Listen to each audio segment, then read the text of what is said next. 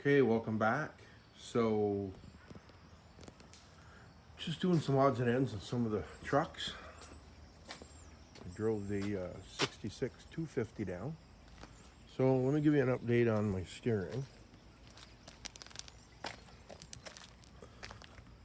So, put the power steering pump back on. I think I still gotta tighten that belt up a little more. I'm not happy with it the way it is. I'm not really happy about the wiring. I'm going to change all this. So what I did was I got it when I take it up to my main shop. I got to weld this in, put a little more, a couple tacks. But this is that wheel bearing for a wheelbarrow, and I put it in, and then I put a slip collar. And I just put a little bit of weld here. The welder here is not really heavy enough to do any of this, but I got it pretty good. It's not loose at all. These are grade 8s, and this is a grade 8 slip collar for a 3/4 inch shaft. It's connecting shaft they call them. So I put it all back together, and she's nice and sturdy. The unfortunate problem is when I was driving this and this broke, it cracked this piece here. So I took it out for now.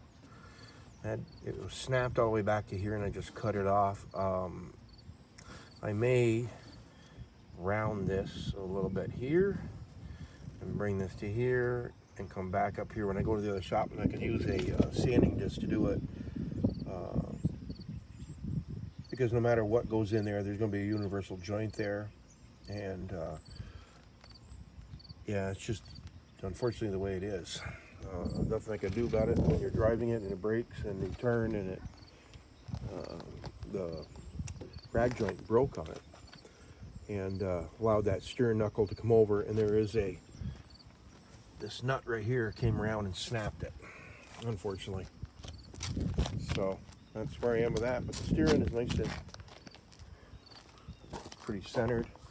Yeah, I got the steering wheel off just a little bit twisted, but yeah, I got everything centered back the way I wanted to. Drew it up nice and tight with the grade 8s. These are grade 8s and self-locking bolts on it. It is not, you can see, it's not wobbly at all. So for now, that repair is okay. So eventually, I will still use this shaft, this locking mechanism here. I'll put a new one on, but I'm going to replace this all the way down through here and put a U-joint in, and the longer shaft on the other end. I don't know, maybe a 84 through 93 Mustangs generally have that style, is what I've figured out. And I'll put the 16 or 36 spline 3/4 inch shaft back on the steering rack and pinion, sorry. So, and fix the tail seal. That's the aftermath. I just threw a little bit of the garbage that was on the floor here, some sawdust and leaves and stuff. I got to clean that up. So, so the next project I'm looking at, today. Well, not too hot out today. It's pretty nice, about 75 degrees. It's actually really nice out. So, I'm looking at replacing the 2100 Autolite that's on there, the carburetor. Now that's a replacement carburetor, and couldn't get one when we did it for a big block. So it was basically for a small block Ford. Consequently, the jets aren't big enough on it to let enough fuel in here. So I have a kit for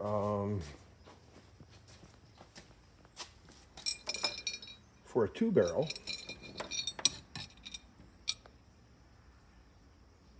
And I have to put these bolts in. But this is for a 2-barrel conversion to a 4-barrel.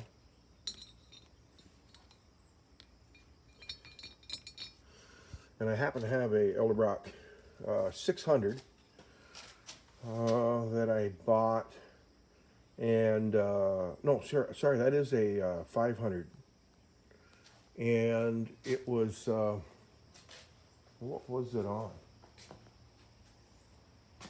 Oh yeah, I had it on this. And it didn't have an automatic choke, and the electrical was all there for the automatic choke, because originally I had that 650. If you look up there, kind of west of the tractor, right there, there's a 650 Holly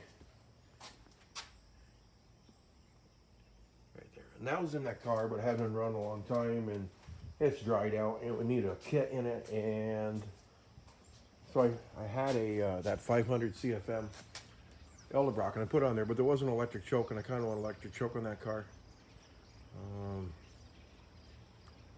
And I guess I've used more electric chokes on everything since then. Wasn't a big fan on them, but you know, they kind of work pretty good. So all this stuff in the garage here is all got to go.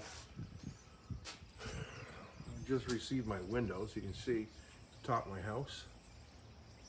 There's a dormer there, and I ordered the windows on April 20th. This is August 13th, and just got them 2 days ago. Only because they're special order because of the length. They're standard. These small windows up there, I wanted to match the one that was in the bathroom up there. Kind of getting off talking about hot rods. That's kind of what all the junk is here for. So I got a little bit of soffit left to put up, and some of the siding. So they're kind of special order because of the length. We're kind of limited on length up there. And they're just more to get rid of the skylights that were on the house. If you ever see a video from before, you see some skylights there. We wanted to get rid of them. And we wanted to put some windows there to let some light in and not have the problems with our run along with skylights. So, yeah. So I'm going to try to take that 2-barrel off. Let's get back to this. Don't get me sidetracked here. Keep me on track here, would you? So I'm going to put that 500 CFM on there, manual choke, which that truck is set up for a manual choke.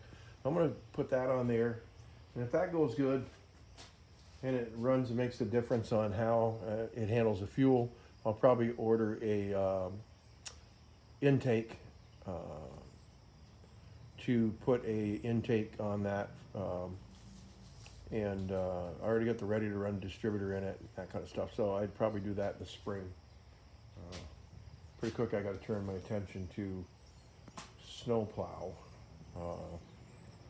trucks, and getting some other equipment straightened around. I know it's only August, but anytime after the 15th or 18th of October here, I could have to put salt down and stuff in the mornings. Ice, freezing rain. Generally, you don't get snow until Thanksgiving time, so still got a ways, but yeah, that's what sucks about up here. So what else do I got? Let's see what I picked up. It's a little sign that used to hang in my parents' house, and the house is gone. This is an old Bombardier sticker, Skidoo, that I had. It was on one of my jackets or something. So there's kind of my brother brought me that old Model A, I guess, or I'm not even sure what it is, but it kind of looks like a Roadster, Model A Roadster. And Tater. And then this is another thing my brother brought this. I'm gonna get this up here so you can see it. It's actually a dispenser for candy, but it's kind of cool. I don't think it's old by any means, but he brought me that over. I bought kind of a, let's see what I got. Yeah, look at that. I was at the car show this year, and a guy had a couple of these. My brother bought one of them, and I bought the other. They come out of Florida, so I'm not sure. They're made in Japan, so they're probably got some age on them. And Mike from Desert Rat, take a look at what I have. This is also a piece that came out of my father's garage that he had purchased at one time to put on his building. So yeah, kind of a nice piece there. You put all those names on there. I won't do anything so extravagant, so I'll just leave it like that. And there's an old Brockway dog. It used to be on the front of the Brockway dump trucks and tractor trailers.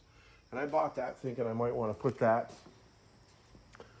on the hood of the Rot Rod, and I set it out there, and I looked at it, and I thought it's just a little bit too big for that grill housing, so I'm just going to leave it up there where it is, and